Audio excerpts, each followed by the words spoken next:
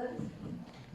Entonces, ahora le damos la palabra a Ignacio Martínez, no sin antes decir que es licenciado en Historia de la Universidad Católica del Paraíso, actualmente tesista en Magíster en Historia de la misma casa de estudios. Sus líneas de investigación han sido Historia de la Cultura y la Filosofía, dedicando su último año a investigar el contexto histórico-cultural en el que Hegel elaboró su filosofía de la naturaleza. Ha dictado conferencias y clases magistrales para la Universidad de los Lagos sobre el estado en que se encontraba la ciencia en los territorios alemanes en el momento en que Hegel formuló su filosofía de la naturaleza. En la actualidad se encuentra investigando sobre la proyección del judaísmo helenístico en el cristianismo temprano. Muchas gracias. ¿Se escucha bien, no? Sí. Bueno, primero agradecer a la organización del Congreso. Me siento muy honrado estar compartiendo mesa con el profesor y a la vez agradecerle que me permita exponer sobre un tema que no es especialmente atingente a Hegel y lo político, sino más bien a la filosofía de la naturaleza que voy a pasar a leer. Mi ponencia se llama Elementos para una comprensión histórica del concepto de naturaleza de Hegel, pero principalmente se va a enfocar en la continuidad que tiene la crítica de Hegel a Newton a través de la obra del filósofo.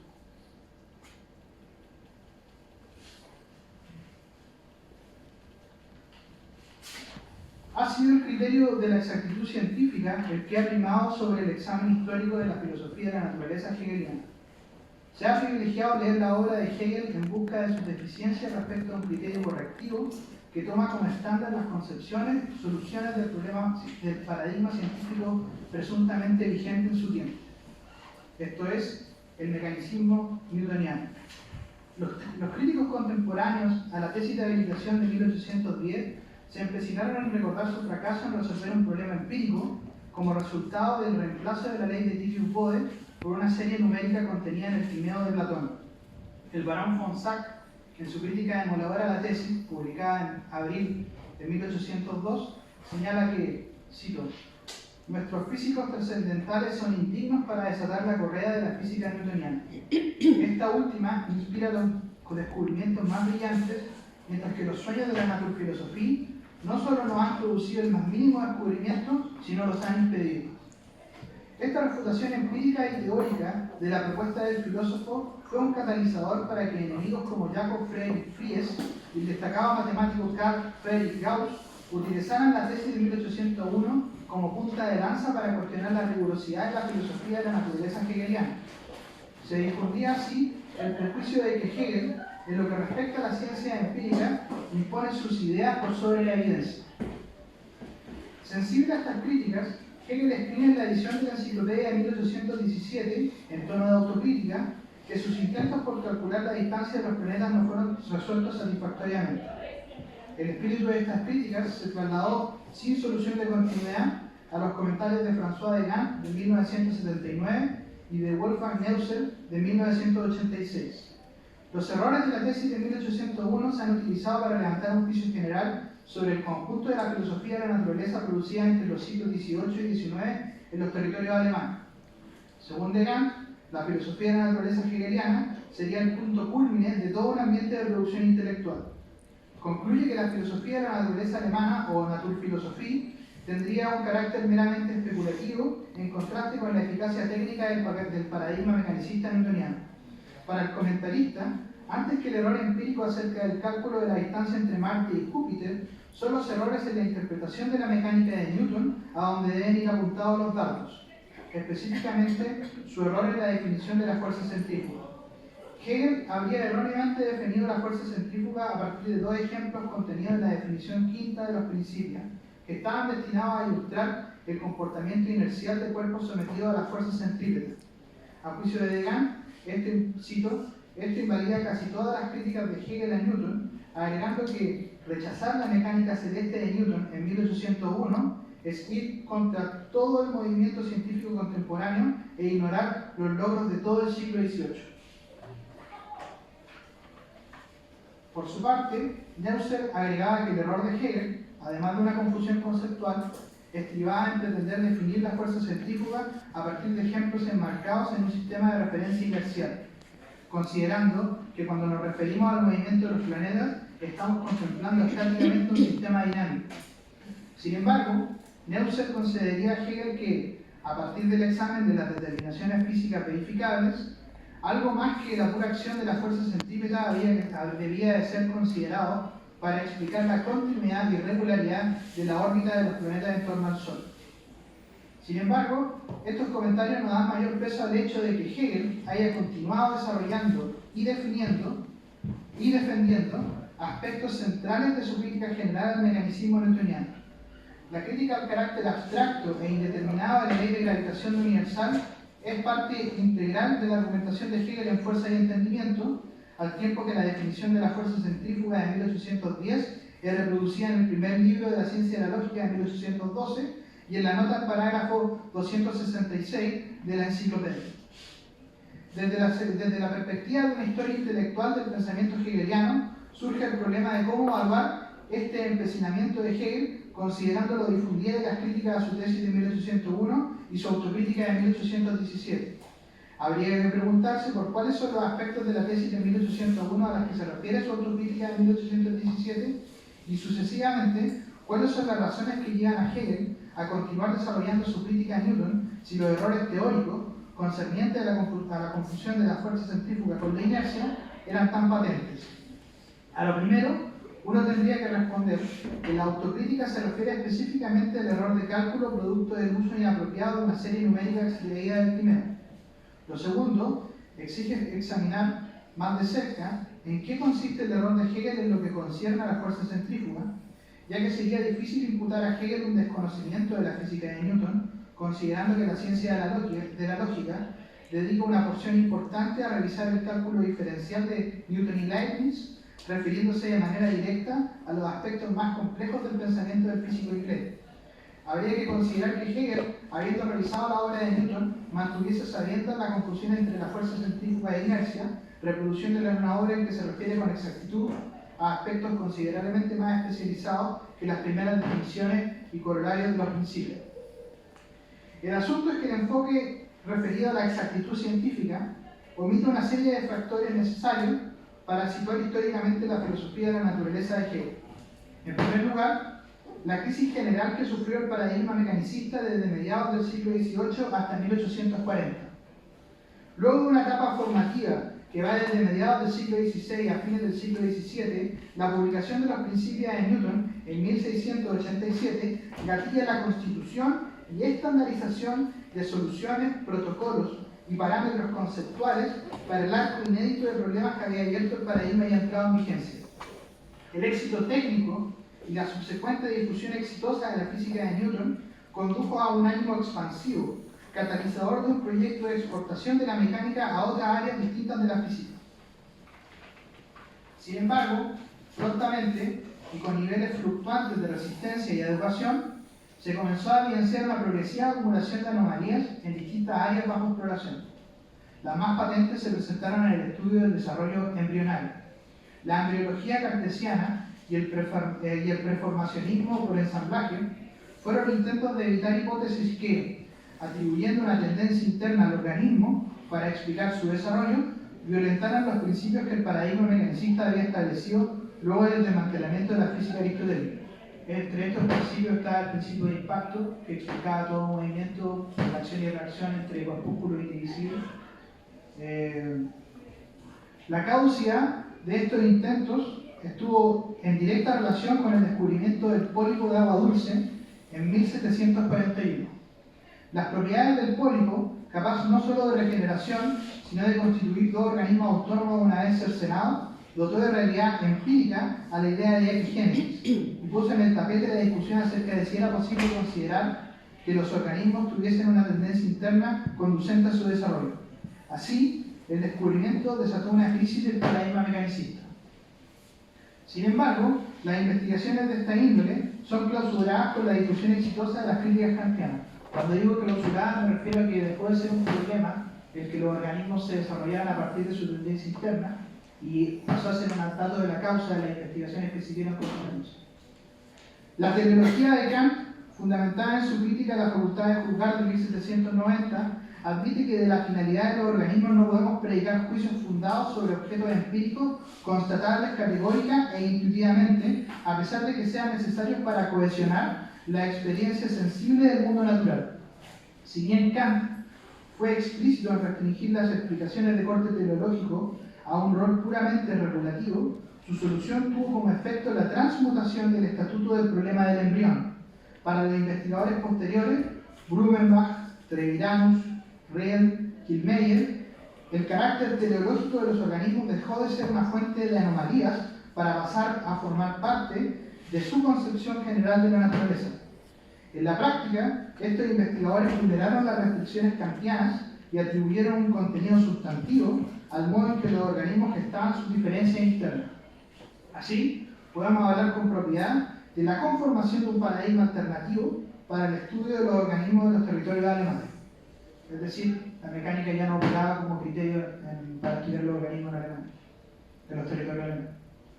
Con estos elementos podemos arguir que los arcaísmos de la filosofía de la naturaleza hegeliana están insertos precisamente en áreas donde los criterios, soluciones y concepciones generales de índole mecánico-newtoniana estaban profundamente erosionadas. Y por lo mismo, Hegel pretendía con ellos proveer de un marco conceptual adecuado para ciertas áreas problemáticas atingentes. De este modo, el estándar de corrección científica omite un problema histórico relevante a la hora de explorar el sentido que guardan las acciones y concepciones de sujetos históricos en un contexto histórico-cultural determinado. 2 puntos. ¿Cómo se puede explicar que todo este medio intelectual haya considerado legítimas sus prácticas y concepciones científicas? ¿Cómo se explica históricamente que una universidad alemana haya aprobado a Hegel como docente sobre la base de una disertación como la de 1801? Una disertación que, además de tener errores respecto a la teoría de gravitación universal, proponía una solución que el descubrimiento del asteroide Ceres había refutado meses antes de su entrega. Pretendo abordar esta interrogante situando históricamente la tesis de habilitación de 1801, defendida por Hegel para optar al cargo de Privatdozent en la Universidad de Jena. Me parece que los elementos de esta primera filosofía de la naturaleza, que refieren a la crisis del mecanicismo, se proyectan en pasajes de la fenomenología del espíritu, de la ciencia de la lógica y de la enciclopedia. El mecanismo newtoniano elimina definitivamente del horizonte de expectativas de la investigación científica la diferencia entre la mecánica de los cuerpos celestes y terrestres. Adicionalmente, genera las bases de un consenso vinculante para la comunidad científica en torno a la presunción de la aplicabilidad de la mecánica a toda área susceptible a observación experimental. Dicha comunidad determinó la validez de sus campos de investigación desde la adecuación de los mismos a una matematización estricta de la realidad empírica. Los filósofos de la naturfilosofía, cercanos conceptualmente a filósofos de la naturaleza como Schelling e influidos culturalmente por el romanticismo alemán, consideraban que estas transformaciones conducían a un proceso de desrealización de la naturaleza. Esto es, reducían el mundo natural a la constatación de regularidades empíricas presentadas como magnitudes covariantes, solo discernibles a partir de complejos modelos matemáticos que dejaban entre paréntesis su fundamento metafísico. Para Hegel, la consolidación de estas transformaciones anunciaba la constitución de un ámbito de validez independiente de la reflexión filosófica, de modo que las concepciones generales de la naturaleza quedarían exentas de crítica. Estas llegarían a operar implícitamente sobre el campo fenoménico, enmascarados por reglas formales que validarían la ciencia estandarizada a partir del cumplimiento de ciertos parámetros que hoy llamaríamos metodológicos. La amenaza de esta disociación ponía en crisis una de las principales funciones de la filosofía de la naturaleza, esto es, la formulación explícita de un fundamento filosófico para enmarcar la observación del mundo natural. Específicamente, se restaban herramientas para considerar detenidamente la tensión esencial que aquejaba el mecanismo newtoniano, la contradicción conceptual que se daba entre el principio de impacto, que estipulaba que todo movimiento era explicable en términos de acción y reacción de corpúsculos indivisibles, y la ley de gravitación universal, la cual tenía como fundamento la acción a distancia de la fuerza de gravedad. Esta tensión fue transparente a ciertos mecanicistas que, volviendo sobre el cartesianismo, advertían que un concepto de esta índole replicaba en un formato renovado la idea escolástica de la tendencia de los objetos a caer. De este modo, la fuerza de gravedad operaba como una hipótesis ad hoc para explicar la conmensurabilidad cuantitativa entre los movimientos de los cuerpos celestes y terrestres, pero como tal, no se prestaba a ser observada ni a ser definido su estatuto conceptual. El problema fue astutamente clausurado por Newton, quien propuso la intervención de un dios pantocrátor como causa incondicionada del inicio del movimiento, es decir, la conceptuación de la acción de la fuerza gravitatoria como ley universal y necesaria se limitaba a un juicio sobre el conjunto de sus efectos. La ley había mostrado teóricamente que el movimiento de los cuerpos terrestres estaba sujeto al mismo encadenamiento causal que el movimiento de los planetas, pero en estricto rigor, Newton solo pudo postular, no demostrar, que el movimiento de los cuerpos celestes y terrestres respondían a una fuerza común.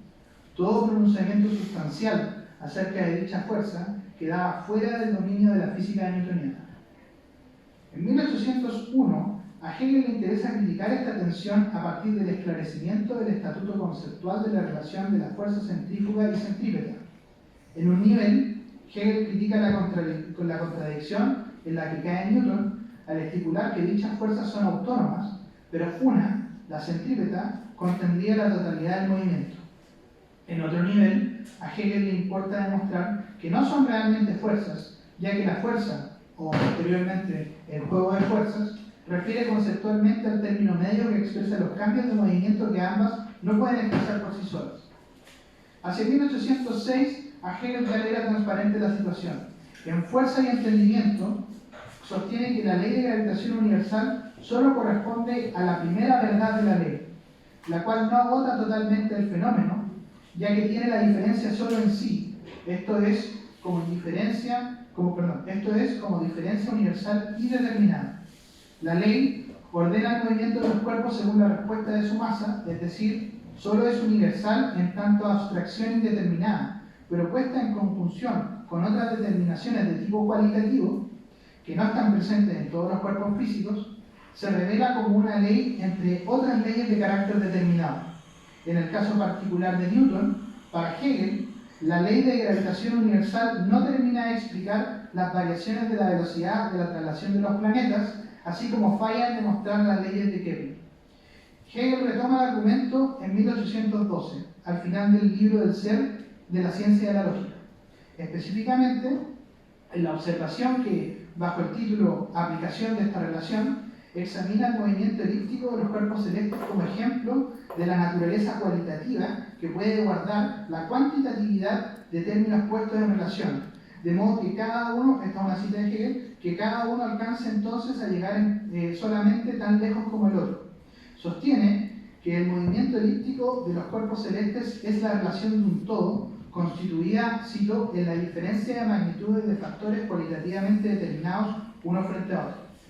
Hegel alude a la mecánica de Newton para indicar que usualmente se ha explicado este fenómeno aceptando una fuerza centrípeta y otra centrífuga, esta es la crítica de Hegel en la ciencia de la lógica, como momentos cualitativos del movimiento de la línea curva, consistiendo su diferencia cualitativa en la diversidad de la dirección.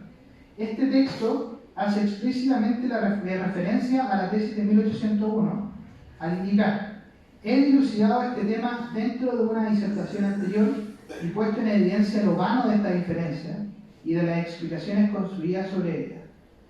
Para Hegel, lo único que constata la ley de Newton es que la magnitud del todo se reparte en los factores, pero lo relevante está en la medida, estoy jugando el concepto lógico de medida, en la medida en que se reparten estas magnitudes. Las magnitudes centrípeta y centrífuga tienen enfrente la diferencia cualitativa que las constituye, la velocidad de movimiento. Ambas solo tienen sentido concebidas a partir de ese nexo. Hegel termina enfatizando su punto con el ejemplo empírico de las aceleraciones y desaceleraciones del afelio y el perihelio. El perihelio es el punto de la órbita de un planeta en que éste está más próximo al Sol y alcanza la máxima velocidad de su movimiento de traslación. Si uno calculara en ese momento las magnitudes, la fuerza centrípeta aumenta respecto a la centrífuga. El problema es que, considerada aisladamente, la fuerza centrífuga no sería capaz ya de arrancar el cuerpo de la acción de la primera y de alejarlo de nuevo de su cuerpo central. Uno tendría que decir entonces que que la fuerza centrípeta tendría preponderancia, conduciendo al planeta a caer hacia el Sol. Hegel concluye que es claro que sería una fuerza ajena la que efectuara esa inversión. Y ello quiere decir que la velocidad de movimiento, ora acelerada, ora retardada, no podría ser conocida a partir de aquellos factores, la fuerza centrífuga y la fuerza centrípeta, que habían sido justamente admitidos para explicar esa diferencia. Esta última cita de Hegel directamente. Estos desarrollos posteriores son consistentes con las críticas de 1801. El filósofo fue particularmente crítico con las advertencias estipuladas por Newton en la definición octava de los principios. El lector no debe imaginar que mediante estas palabras, esta es una cita de Newton directo, el lector no debe imaginar que mediante estas palabras pretende definir la especie o modo de las acciones, ni sus causas o razones físicas, ni que atribuyo fuerzas en un sentido físico y auténtico a centros que son solo puntos matemáticos cuando aludo a centros dotados de capacidad atractiva.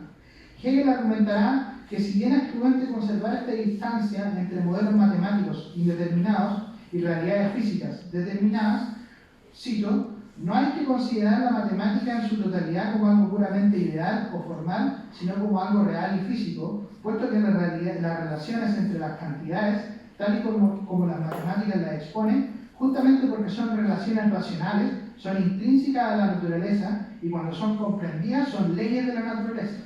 Lo que a Hegel le interesa destacar es que el propósito de la mecánica newtoniana no se condice con sus modelos demostrativos. Newton advierte que sus modelos geométricos no son realidades físicas, pero simultáneamente se propone formular leyes naturales. Irremediablemente, al concebir la magnitud, el entendimiento ordena esta variación de magnitudes y las explica acorde a una ley natural. Al realizar esta operación, cito, las relaciones entre cantidades puramente abstractas son comprendidas como leyes de la naturaleza. Según Hegel, las advertencias metodológicas de Newton son irrelevantes, ya que lógicamente el orden de su exposición conduce a referirse a su objeto de estudio en términos de leyes de la naturaleza. En 1801, Hegel deduce de esto que es necesario distinguir, por una parte, la concepción racional de la totalidad, es decir, la concepción general de la naturaleza que se pretende expresar científicamente, y por otra, el análisis y la explicación que de ella se puede hacer, las cuales se encuentran lejos de la perfección de la naturaleza. Hegel nos está indicando cuál es la pauta que ha utilizado para criticar a Newton. El filósofo consistentemente contrasta aquello que las definiciones y leyes newtonianas declaran sobre la totalidad racional del mundo natural con sus explicaciones. La mecánica de Newton serviría para desmantelar el fenómeno en abstracciones, pero no para medir el fenómeno y ponerlo en relación con sus propias determinaciones. Para Hegel, es evidente que estas determinaciones pueden adoptar la forma de la magnitud y al mismo tiempo estar en referencia reflexiva con diferencias cualitativas. De ahí que Hegel vuelva sobre esta deficiencia de la física de Newton al final del parágrafo 270 de la enciclopedia, que es muy largo parágrafo, donde está la crítica de Hegel a la demostración de la ley de Kepler que hace Newton, donde señala que mientras la tercera ley de Kepler expone de manera tan sencilla e inmediata la razón de la cosa, en la fórmula de Newton, por el contrario, aquella ley se transforma en una ley de la fuerza de la gravedad, muestra la tergiversación e inversión propia de una reflexión que se queda a mitad de camino. Hegel coincide con Newton en que una ley como la suya puede ser universal en sí, pero los newtonianos se equivocan al declararla la ley general a cuya abstracción debe ceñirse toda ley natural. Precisamente, la crisis del mecanicismo de finales del siglo XVIII deriva de esta aplicación abstracta de las leyes de Newton a áreas científicas que se rigen por diferencias determinadas y no responden a leyes cualitativamente indeterminadas. Muchas gracias.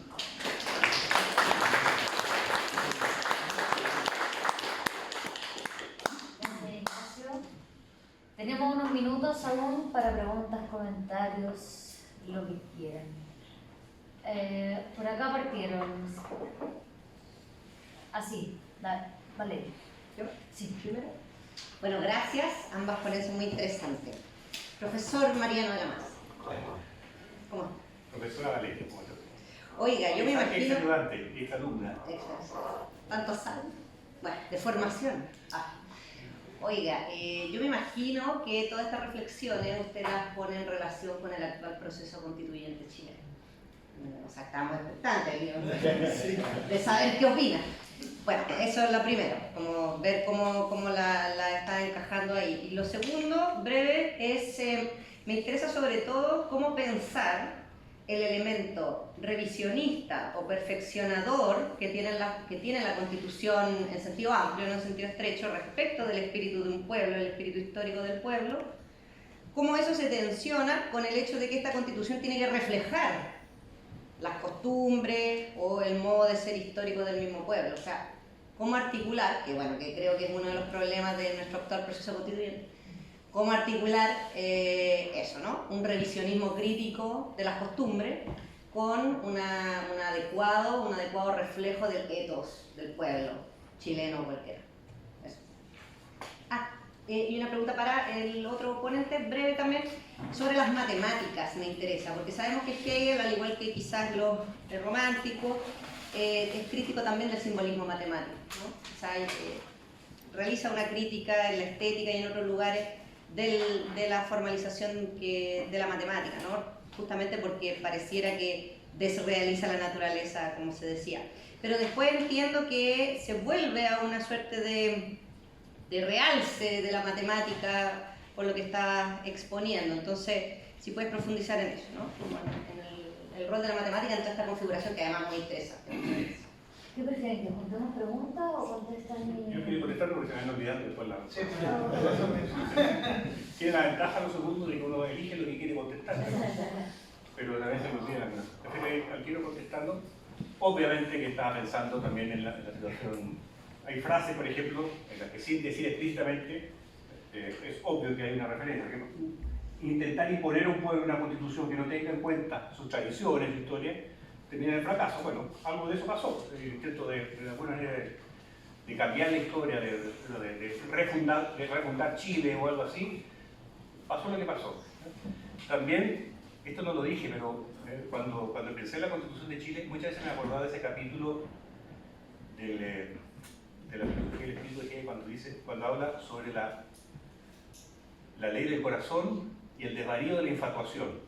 Muchas de las conductas de algunos de los convencionales me recordaban ese capítulo, ¿cierto? O sea, la ley, el que sigue su propio corazón, su propia convicción, ¿no es cierto? Pero finalmente es un engreimiento, es una infatuación, es pretender de que su propia particular concepción de la realidad y de cómo tiene que ser una constitución tiene que imponer su ley.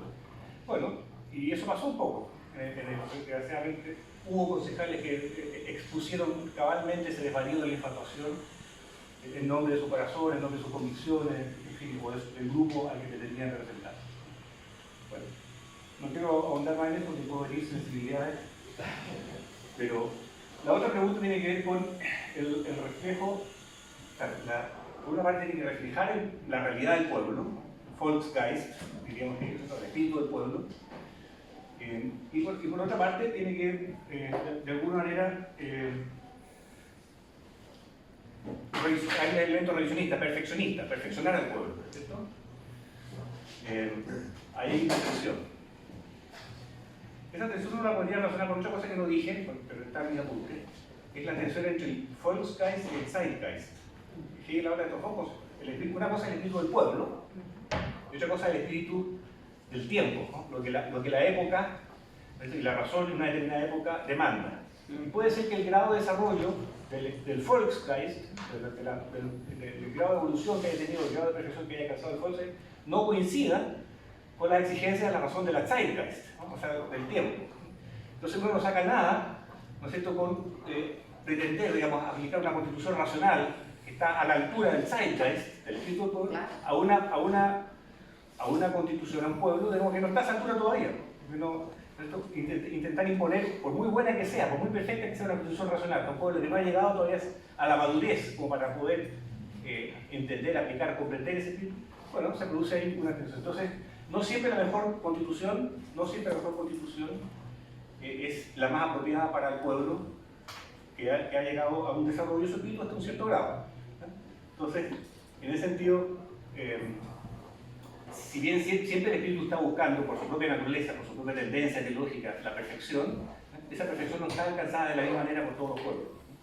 Y por tanto, no es la misma constitución racional ideal igualmente aplicable a todos los pueblos.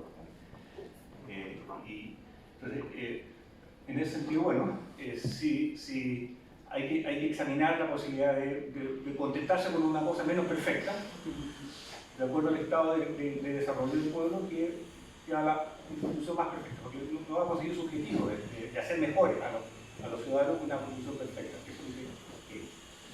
No todos los estados son igualmente perfectos, y no toda constitución perfecta esté a la altura del tiempo igualmente aplicable a cualquier desarrollo espiritual de un pueblo. Zeitgeist y Volksgeist pueden estar en tensión. Ahora, cuando no hay tensión, ese pueblo es el que la lleva. Ese pueblo es el que la lleva. En su momento fueron los griegos, ¿no es cierto? Después los romanos, después los alemanes, en fin, y en el futuro quién sabe ese que no me anticipo. Siempre hay algún pueblo que está a la altura del tiempo, pero no son todos los pueblos. Hay uno que la lleva y que de alguna manera impone su cultura, su formación, sus criterios, su manera de pensar, de alguna manera se impone sobre los otros. Cuando coincide el Zeitgeist con el Volksgeist.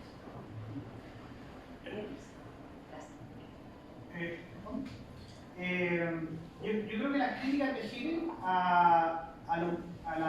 refieren a la arbitrariedad de modelos matemáticos que ya pierden una referencia con el mundo natural. Hay un momento en que la mecánica que tiene como base modelos geométricos, que es la mecánica de Newton, empieza a abstraerse y se empieza a convertir en una mecánica racional que tiene un énfasis en modelos analíticos precisamente. Ese es como el uso de la mecánica que empiezan a cultivar el enciclopedismo ilustrado ya del siglo XVIII. ¿Ya? Pero en Hegel, como tal, hay una consideración y una valorización de la magnitud y de la cuantificación explícita y bastante en ese sentido laudatorio. ¿Ya? Específicamente la ciencia de la lógica, ¿ya? En el capítulo que está la medida, que es justamente la transición entre la lógica del ser y la lógica de la esencia, hay un concepto clave que se llama línea nodal de relaciones de medida. ¿Ya? ¿A qué se refiere ese concepto? Ese concepto se refiere que, por ejemplo, hay sucesiones de cantidades que en su misma sucesión empiezan a saltar, el mismo Hegel dice, a saltar relaciones cualitativas. Por ejemplo, los números naturales. Si uno va contando 1, 2, 3 hasta infinito, saltan, por ejemplo, las potencias. Saltan la diferencia que tienen los números primos. Esas son diferencias cualitativas que saltan a partir de la magnitud. Y ese tipo de relación de línea nodal de relaciones de medida, se da en todo ámbito, es universal. ¿Ya? Se da, por ejemplo, en la química, donde la magnitud es un índice referencial de transformaciones físicas. ¿Ya? En la química hay índices de magnitud que refieren a momentos en los cuales cualitativamente cambia la materia. Entonces ahí la matemática está. ¿Por qué? ¿Por qué a Hegel le importa destacar esos ejemplos? Porque ahí, en el fondo, la matemática tiene una existencia real, en el sentido de que está vinculada con transformaciones físicas objetivas de la materia. Y por eso tiene un sentido lógico. Cuando nosotros, en cambio, vemos que cuando, en cambio, los científicos de su época, como Fries, dicen que lo que es verdad, lo que realmente esconde la naturaleza y que es real, son los modelos abstractos matemáticos, a eso Hegel le parece falso, porque ya no pierde esa referencia. Ahora, algo más quería decir sobre eso, pero no me recuerdo bien. Que el tema justamente el tema de la tesis de 1801 es que la ley de Titus Bode era arbitraria. La ley de Titus Bode era una regularidad que había constatado dos matemáticos. Uno le robó la tesis al otro y ese se volvió famoso y después por eso tuvieron que ponerle los nuevos nombres. ¿Qué es lo que pasaba? Que entre los planetas había cierta regularidad matemática, entonces se postulaba que debería haber un planeta entre Júpiter y Marte, por la regularidad que tenía. ¿Por qué? Porque este físico postuló esta regularidad y predijo, con una desviación de menos del 1%, el descubrimiento de Urano en su momento. Entonces, como se descubrió Urano, se convirtió en una ley vigente para el paradigma actual. Pero ¿cuál era el problema? Para Hegel, que lógicamente no tenía sentido. Era lo mismo que, por ejemplo, nosotros viéramos un mapa y constatáramos que hay cierta regularidad que se repite, así como 2, 3, 4 en cuanto a las proporciones, y dijéramos, porque se repite esta regularidad, debería haber una isla acá. ¿Se entiende que no es lógico, verdad? Entonces, para Hegel, a nivel del concepto, la ley era mala. Y por eso, ahora, el problema es que Hegel estaba en ese tiempo muy imbuido de otros conceptos, en particular el concepto de éter, que tenía una significación sustantiva, no lógica, que en la fenomenología ya, bueno, el profesor, ¿cómo se llama? Por ejemplo, cuando habla al final en el saber absoluto de que el espíritu está en la vida, en el éter de su vida, ya se está refiriendo con el concepto en el sentido más abstracto, si se quiere decir. Ya tiene una explicación meramente lógica del concepto de éter. Pero en 1801 Hegel tenía unidad de propósito con Schelling, y para Schelling el sistema solar tenía un contacto divino, en el sentido que nos permitía el contacto con la ley universal. Entonces, descubrir las leyes de cómo funcionaba el sistema solar era descubrir la ley universal, y por eso Schelling en el Bruno cita la tesis de 1801 como una prueba de que eso estaba funcionando. Siento que el Bruno está publicado en 1802, o sea, la tesis ya había sido criticada por todo, porque el argumento lógico se sostenía. Pero como el éter dejó de tener una existencia material y pasó a tener una existencia puramente lógica, ahí Hegel se da cuenta de que no se podía realmente constatar la serie numérica del Timeo no servía para predecir dónde está el cálculo de los planetas, porque en el fondo el éter era una cosa meramente lógica, no tenía una existencia material. Entonces, por eso se entiende ahí como la diferencia. Por eso la crítica de 1817 se refiere a eso, se refiere a la transformación que tiene el estatuto conceptual del éter, y que está bien tratado por Riparda en la filosofía real. Por acá había alguien antes. Muy relacionado a la pregunta de Valeria, reformulando un poco, si es que una constitución refleja por un lado el espíritu objetivo, pero también lo perfecciona o propicia la apropiación de mejor manera de este espíritu.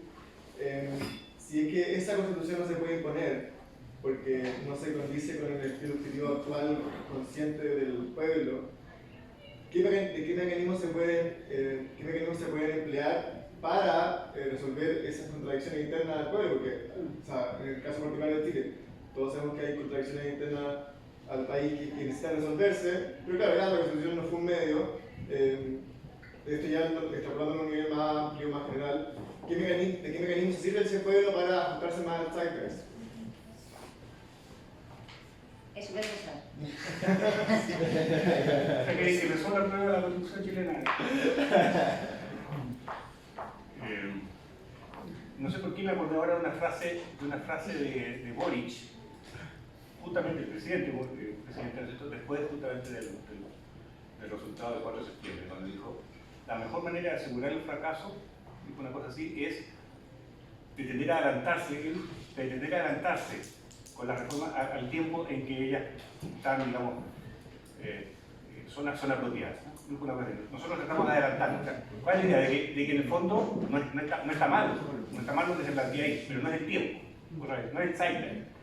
Entonces, ¿eso qué significa? Bueno, que hay que proceder quizás con mayor gradualidad, es como concretamente lo que ha procurado esto. Apuntamos a lo mismo, no dejamos de esperar lo mismo, pero no ha llegado el tiempo todavía para esas ideas, ¿no? Entonces tenemos que proceder de manera más gradual, buscando más acuerdos, teniendo en cuenta más los puntos de vista generales que imperan en la sociedad, no pretender ser un grupo iluminado, digamos, que entiende de antemano hacia dónde va la historia y trata de adelantar el proceso. Entonces, gradualidad, búsqueda de consensos. Son dos conceptos que le costó un poco a este gobierno entender, ¿cierto? Pero que ahora lo está asumiendo. Procesos graduales y buscando consensos. El consenso en una época tuvo una muy mala fama, ¿cierto? Sobre todo los gobernantes actuales, donde el consenso era como transar, era como, digamos, renunciar a los ideales, cosas por el estilo. Ahora se reconoce que en realidad no dejamos de apuntar a lo mismo, no dejamos de tener ese ideal, pero no pretendemos adelantarnos al momento en que eso pueda realmente convencer a la comunidad que busca esa nueva constitución. Gradualidad y búsqueda de consenso. Son palabras que para alguna gente son un poco feas, pero que en la práctica se está imponiendo. Una pequeña acotación: ¿cómo se logra esa gradualidad y esa búsqueda de acuerdo en un pueblo sumamente emocional como el pueblo de Chile, que es muy pasional? Y bueno, el estallido social fue una expresión de eso. ¿Cómo se logra eso? Porque también es un discurso que yo constantemente escucho del mismo presidente, ¿no es cierto?, los mismos políticos, el tratar de buscar acuerdos, pero en esa búsqueda de acuerdos más se polariza, más se hacen ver las perspectivas, ¿no es cierto?, contrarias. Entonces, ¿no hay un peligro ahí también? Claro que lo hay. En la gradualidad, ¿no?, en el esperar. Sí, pero ¿cuál es la alternativa? La alternativa sería no esperar y tratar de imponer la cosa a la fuerza. ¿Quién tiene más fuerza? Claro.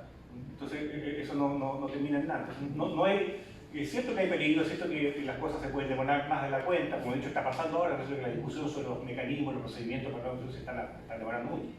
Pero ¿cuál es la alternativa? La ley del más fuerte, que logre imponer su ley. Pero según Hegel habría que destilar o separar solo y quedarse solo con las costumbres racionales. Claro, pero ¿quién decide cuáles son las costumbres racionales? Eso no depende de un monarca, no depende de un gobernante, lo dice expresamente, ¿cierto? Sino que lo que es racional es algo que se va destilando en el pueblo mismo, en la historia de ese pueblo, en la historia astuta que se vale de ciertos personajes históricos, de estos individuos, ¿no es cierto?, para finalmente ir consiguiendo los grados superiores de realización de la libertad. Entonces ahora uno se podría preguntar, si le seguimos la onda a Hegel, ¿quiénes serán esos héroes, esos individuos, ¿no es cierto?, que son capaces de más allá de que puedan seguir ambiciones personales, ¿no es cierto?, que son capaces de alguna manera de hacer avanzar el proceso? ¿Será Boric? ¿Será la Jimena Rincón? ¿Será no sé quién? Estoy especulando. Porque para Hegel generalmente son esos individuos que siguen sus propias pasiones, finalmente, porque tú dices muy bien, hay una cosa emocional. Los grandes individuos están persiguiendo sus pasiones, pero a través de ellos justamente la razón se las arregla para que ese pueblo no se estanque, ¿no?, sino que termine progresando. Ahora, no siempre ese progreso llega al nivel de zeitgeist, pero avanza hacia allá. Entonces la pregunta es, ¿quiénes son esos? ¿Tenemos esos referentes? Como decía Hegel, solo un Dios podrá salvarlo. ¿Puedo decir? Perdón. Sí, dale. Yo estaba pensando, doctor de la Maza, cuando Hegel estaba de estudiantes y hubo la Revolución Francesa y fue el entusiasmo más grande para él. Pero también estaba pensando en la Constitución de 1991 de Colombia, cuando el pueblo, la mayoría del pueblo, no tenía ninguna ilustración para hacer una constitución, y se está cumpliendo de pronto lo que está diciendo Hegel. Pero hay un grupo que se levantan en armas, someten a la presidencia, al lado del narcotráfico, que es otro elemento que hay ahí para hacer la constitución. Entonces, la pregunta sería, esos grupos que se instauran para hacer una nueva constitución, donde hay liberales, conservadores y izquierdas de centro, no izquierda de derecha ni izquierda de derecha, sino izquierda de centro, y que logra una cantidad de gente en armas por fuera. Entonces se hace la constitución que viene desde 1886 hasta 1991, se hace la constitución, se da la condición de posibilidad para los que están allí, inclusive llegan los indios, llegan los afrodescendientes, y sin embargo queda toda una población o un pueblo por fuera. Entonces la pregunta sería, Hegel allí, está a favor de una razón ilustrada que está o a favor de una fuerza sometida al presidente para poder realizar la constitución que se realizó, y fue un fracaso. Fue un fracaso hasta ahorita, que ya se invirtió la dialéctica del amo y del esclavo se invirtió, donde ya hay una nueva posición. Entonces sería, ¿cuál es el espíritu del pueblo si no ha llegado a ninguna mayoría de edad razonable para poder actuar por cuenta propia o tener un saber de algo? Eso sería uno.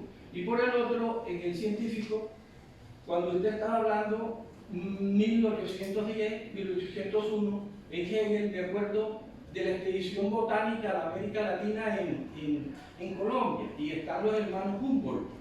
Esas investigaciones de la naturaleza, esas investigaciones científicas que hacen ellos, están basados en una cientificidad de una investigación botánica de las plantas, del desarrollo de la cotidianidad dentro de una Colombia posible para una revolución en 1810.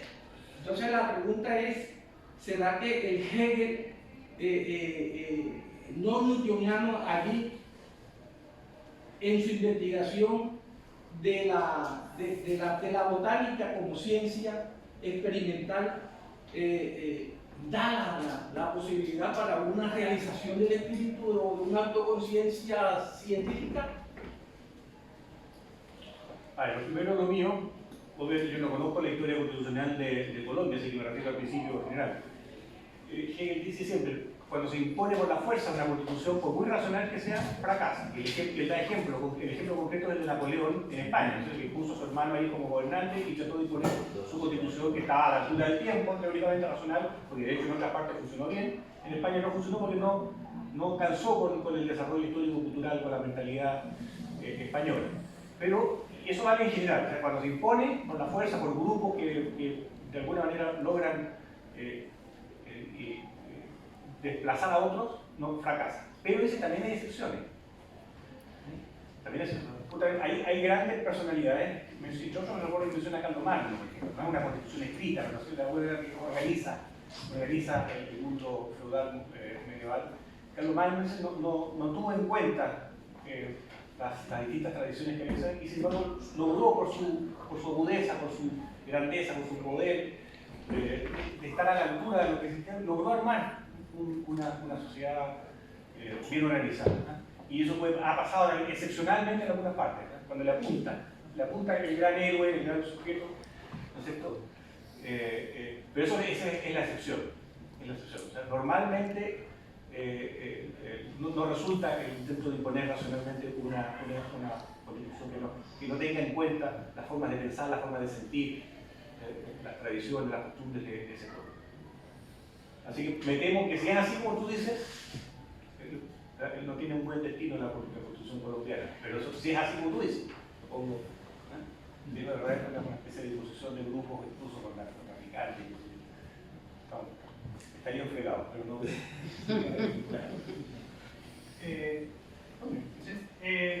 Después me gustaría decir algo sobre la Constitución, que al parecer el debate más. Ya se convirtió en tolerancia cero. No voy a decir que el envía. Pero, miren, sobre lo de la ciencia, bien rápido. Yo tengo la idea bien a contrapelo de la investigación historiográfica actual de que Humboldt no era un mecanicista ni un ilustrado radical, menos un newtoniano, que hay historiadores que lo sostienen. No voy a nombrar nombres porque no quiero dar a nadie, pero ese es el sentido común de la historiografía, es plantear a Alexander Humboldt como un ilustrado radical y contrario a la concepción, o por lo menos distante de la concepción de la ciencia que tiene la filosofía de la naturaleza alemana, la naturfilosofía. Resulta que si uno empieza a estudiar un poco el Humboldt antes de viajar y el Humboldt después de viajar, Humboldt antes de viajar tiene una vinculación epistolar abundante con Schelling, al punto que tiene una amistad estrecha con él, en donde se discute específicamente a nivel ya de detalle de qué instrumento llevar a donde está América. Y cuando vuelve de América, escribe un ensayo sobre las plantas, donde el concepto de totalidad orgánica, que proviene de la filosofía de Schelling y que fue cultivado por todos estos investigadores de la naturfilosofía, tiene un rol central. ¿Qué es lo más patente? O sea, ¿qué es lo que a mí me sorprende más en relación a esa investigación? Lo que más me sorprende es que los investigadores que se dicen que Humboldt es un ilustrado radical, al parecer no han revisado cómo la gran obra de Humboldt, que en la parte de la introducción, cuando se está refiriendo, si se quiere, a los aspectos epistemológicos de la obra, los protagonistas de la discusión son Schelling contra Hegel. Entonces, al parecer Humboldt habría vuelto más cercano a la filosofía de la naturaleza alemana después de viajar a América. ¿Y qué es lo que pasa? Que solamente se estudia el viaje como tal, no se estudia lo que escribió antes y después en Alemania. Ese es el problema físico. Que tiene que ver con que actualmente la historiografía está muy vinculada al tema del espacio y al tema de rastrear cómo ciertos elementos se van circulando por la historia, pero que ha dejado de lado el estudio de las obras concretas, el estudio de las obras filosóficas. Ahora, sobre lo de la Constitución, a mí me interesaría plantear que un Hegel no tanto como una guía, que al parecer sería como lo que ustedes estarían como viéndolo, pero como una guía de cuáles podrían ser las costumbres racionales, sino como un crítico demoledor de lo que sería un proceso constituyente. Recordemos que en la fenomenología del espíritu hay dos elementos centrales que son muy importantes para entender un momento como sería el estallido. Uno, la libertad absoluta del terror, que es la esencia del Estado moderno. O sea, el Estado moderno tiene como esencia su instauración que siempre está entre dos polos, o la tiranía o la revolución. Y los momentos que tenemos de pausa son súper. Al final eso. Y el proyecto de Hegel es, ojalá que podamos tener una experiencia en la cual logremos congregar en torno a principios comunes, pero es una experiencia cuya base, cuyo sustrato sea una versión del cristianismo extremadamente secularizada y posible en los estados luteranos, como él lo estaba planteando. Ahora, yo creo que en el mundo contemporáneo la posibilidad de esa experiencia, por lo menos en Chile, es nula. No existe, no hay esa experiencia, no existe esa experiencia. El cristianismo no tiene la capacidad de hacerlo, no sé. Ahora, no sé si alguien tendrá alguna alternativa, pero por lo menos yo no la veo. Y lo otro es que la posibilidad de que se levantara algo así como héroes constituyentes también lo encuentro imposible por el tema de la misma crítica de Hegel que hace la razón legisladora. La razón legisladora lo que dice es que si uno intenta tratar de resolver los problemas de la constitución de un pueblo, acuerdo al raciocinio que podría tener un individuo, a su interpretación de la voluntad general, lo que hace constantemente es contradecir la ley eterna, que es lo que muy sabiamente ha dicho el profesor, son esas costumbres que se dan por el sí mismo. Entonces, al final, el pueblo es el sujeto histórico, no somos nosotros como individuos. Entonces, tratar de agrupar a un grupo de individuos y que ellos decidan la constitución correcta ya de entrada puede estar equivocado.